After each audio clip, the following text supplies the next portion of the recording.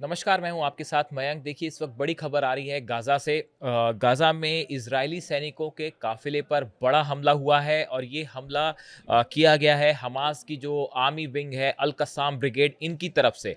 और इस हमले में जो अभी तक खबरें आ रही हैं, 7 इजरायली सैनिकों की मौत हो गई है और कई सैनिक घायल हो गए हैं।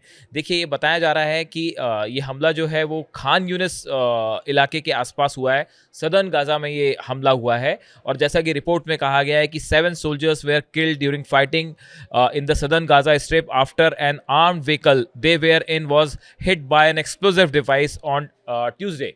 देखिए, आईडीएफ की तरफ से जो बयान जारी किया गया है उसमें बताया है कि सदर्न गजा में एक आर्मी का व्हीकल जो जा रहा था, इसको हमास की जो आर्मी विंग है, अल कसाम ब्रिगेड, इनकी तरफ से हिट किया गया। और उस धमाके में ये जो गाड़ी है ये पूरी तरह से तबाह हो गई। ये काफिला जो था वो तबाह हो गया, जिसमें 7 जो है सैनिकों की मौत हुई है। इन सब के नाम भी आईडीएफ की तरफ से जारी किए गए हैं। और ऐसे ही एक हमला जो है वो खान यूनिस इलाके में हुआ है, जिसमें भी कई सोल्जर्स इजराइल के घायल हुए हैं। देखिए, अभी ईरान की तरफ से जिस तरह से बैलिस्टिक मिसाइल्स फायर हुई इजराइल के ऊपर, उससे जबरदस्त तबाही देखने को मिली है। देखिए, दूसरी तरफ हमास की तरफ से भी बयान जारी किया गया है। जो अल कसाम ब्रिगेड है, इनकी तरफ से बयान जारी करके कहा गया है कि it had ambushed Israeli soldiers taking cover inside a residential building Tuesday in the southern Gaza Strip. Some of the soldiers were killed and other injured after they were targeted by a Yasin 105 missile and another missile South Khan Yunis. ये Hamas की तरफ से बयान दिया गया है कि इनकी तरफ से जो है वो यासीन 105 मिसाइल फायर की गई और इसके हमले में जो है इजरायली सैनिकों की मौत हुई है। हालांकि आईडीएफ का जो वर्जन है और जो हमास का वर्जन है, इसमें थोड़ा सा अंतर है। आईडीएफ का कहना है कि उनके व्हीकल को हिट किया गया, जबकि हमास की तरफ से कहा गया है कि ये इजरायली सोल्जर्स थे जिनके साथ बैटल हो रहा था। इन्होंने एम्बुश लगाया हुआ था और एक बिल्डिंग की आड़ लेने की कोशिश की सैनिकों ने और उस पर हमला किया और उसमें ये सोल्जर्स मारे गए। देखिए, जिस तरह से ईरान ने हाल ही में हमले किए जो इजराइल के ऊपर, हमने देखा जबरदस्त तबाही देखने को मिली। तेल अवीव में, हाइफा में, अशदोद में, कई शहर इजराइल के जो है वहां पे कई इमारतें जो है खंडरों में बदल गई। उसके बाद अब जब ये सीज फायर हुआ है, तो सीज फायर के बाद अब वापस फोकस गजा पे हो गया है।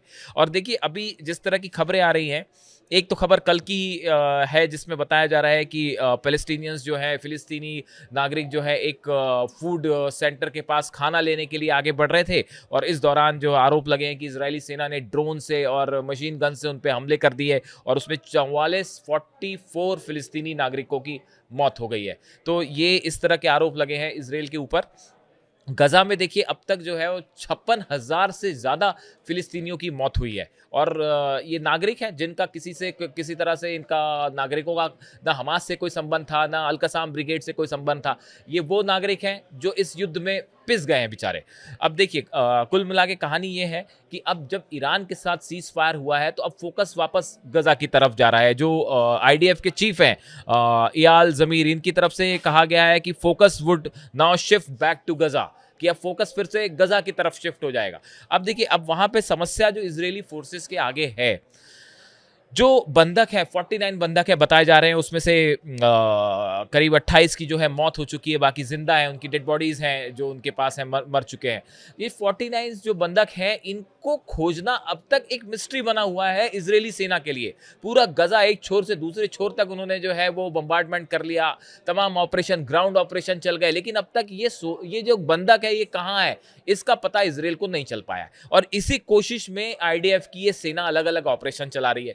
हमने पहले भी आपको बताया था कि किस तरह जो बिल्डिंग्स हैं या जो टनल्स हैं उनको खोजा जा रहा है और हमास की तरफ से इन टनल्स के आसपास माइंस बिछा दी जाती है या फिर उन रास्तों पर माइंस बिछाई जाती है जहां से इजरायली सेना का काफिला निकलता है। और जैसे ही काफिला निकलता है, ब्लास्ट होता है, उसके बाद एम्बुश करके इनके ऊपर फायर भी कर दिया जाता है, चारों तरफ से गोलियां चलाई जाने लगती है और इस तरह से इजरायली सेना को लगातार नुकसान वहां पे झेलने को मिल रहा है। देखिए, कुछ आंकड़े हैं जो आईडीएफ की तरफ से जा रही है। बताया जाता है कि असली आंकड़े तो बहुत ज़्यादा हैं, लेकिन जो इजरायली सेना की तरफ से कहा जाता है कि 400 से ज़्यादा जो है वो इजरायली सैनिक जो है वो अब तक उनकी गजा में मौत हो चुकी है। लेकिन बताया जाता है कि असली नंबर्स जो है वो इसमें से कहीं बहुत ज़्यादा हैं। अब कुल मिला के देखिए, जो नया लेटेस्ट हमला हुआ है जिसमें 7 सोल्जर्स की मौत हुई है। देखिए, जब ये हमला हुआ, हमला होने के बाद व्हीकल में आग लग गई। काफ़ी देर तक कोई मदद भी आसपास नहीं पहुंच पाई, क्योंकि देखिए जब एम्बुश होता है इसमें अगर आप मदद करने जाते हैं तो फिर आप पे हमला हो सकता है, इसलिए काफ़ी टाइम लगता है ऐसे समय में सोल्जर्स को रेस्क्यू करने में। कुल मिला के हकीकत ये है कि गजा में अभी भी इजरायली सेना को कड़ी चुनौती हमास से मिल रही है, और युद्ध के दौरान भी हमने इस तरह से देखा कि गजा में जो है, गजा से हमास के जरिए काफ़ी रॉकेट्स भी इसराइल के ऊपर फायर किए गए।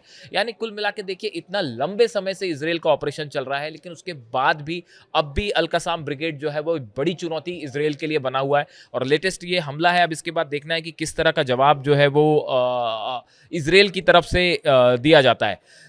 कुल मिला के देखिए बात अब ये है कि इस तरह की मांग अब उठने लगी है कि जिस तरह से ईरान के साथ सीज फायर हुआ, ऐसा ही सीज फायर अब गजा में भी होना चाहिए।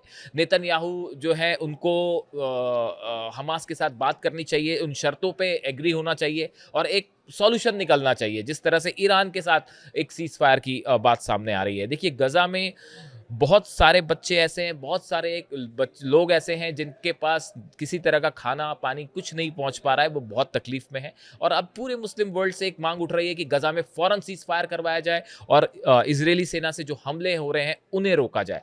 दूसरी तरफ हमास और अल कसाम ब्रिगेड ने कहा है कि अगर इजरायली सेना अपना ऑपरेशन नहीं रोकती है तो इस तरह के हमले लगातार जारी रहेंगे। अब गजा से जो भी नई इंफॉर्मेशन आती है हम आप तक पहुंचाएंगे। Thank you so much.